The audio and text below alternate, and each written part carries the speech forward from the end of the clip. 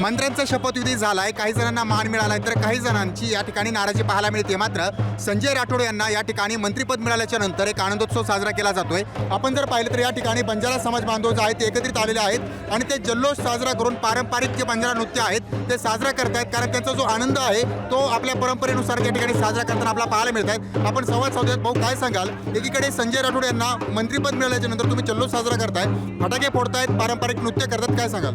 हो, बऱ्याच गोष्टी या दरम्यान होऊन गेल्या, पण आज शेवटी माननीय नामदार संजय भाऊ राठोड यांना मंत्रिपद मिळालेलं आहे। त्यामुळे बंजारा समाजामध्ये प्रचंड जल्लोष या ठिकाणी निर्माण झालेला आहे। मागच्या काळात तुम्ही बघितलं असेल की एका मिनिटच्या माणसाला या ठिकाणी नापास म्हणून घोषित करण्यात येत होतं, वातावरण निर्मिती करत होते, पण आज त्याच संजय भाऊ राठोडला मंत्रिमंडळामध्ये स्थान देऊन समाजाला न्याय देण्याचा प्रयत्न करण्यात आलेला आहे। आम्ही सर्वांचे माननीय देवेंद्र फडणवीस साहेब असतील, शिंदे साहेब असतील, अजित पवार असतील आणि जे कोणी मोठे असतील त्या सर्वांचे आभार व्यक्त करतो। तुम्ही पारंपरिक नृत्य केलेलं आहे, बंजारा नृत्य म्हटलं जातं, याला काय कारण आहे मागचं?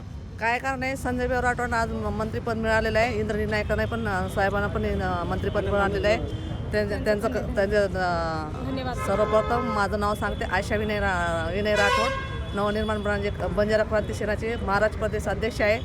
पहिली गोष्ट, फडणवीस साहेब, शिंदे साहेब, अजित पवार दादा यांचे सगळ्यांचं अभिनंदन करते।